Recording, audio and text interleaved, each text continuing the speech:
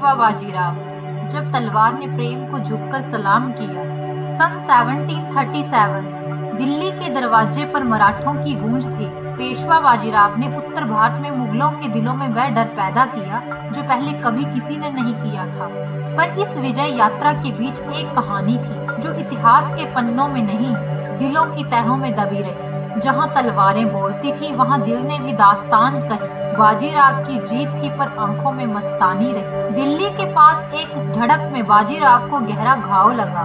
सेना जीत चुकी थी पर पेशवा गिर पड़े और जब सभी डॉक्टर असमर्थ हुए तब मस्तानी ने अपने आभूषण बेचकर औषधि मंगवाई। वो कई रातों तक पहरेदारों से छुपकर अपने हाथों से बाजीराव के घाव पर मरहम लगाती रही। उसने इश्क नहीं इबादत की थी, जख्मों को भी मोहब्बत की राहत दी थी। कुछ ही दिनों में जब बाजीराव उठे, उनकी तलवार पहले से ज्यादा तेज थी। उन्होंने कहा, अब ये लड़ाई सिर्फ दिल्ली की नहीं, उस प्रेम की भी है जिसने मुझे फिर से जीना सिखाया। और उसी युद्ध में उन्होंने मुगलों की फौज को यमुना पार खदेड़ दिया।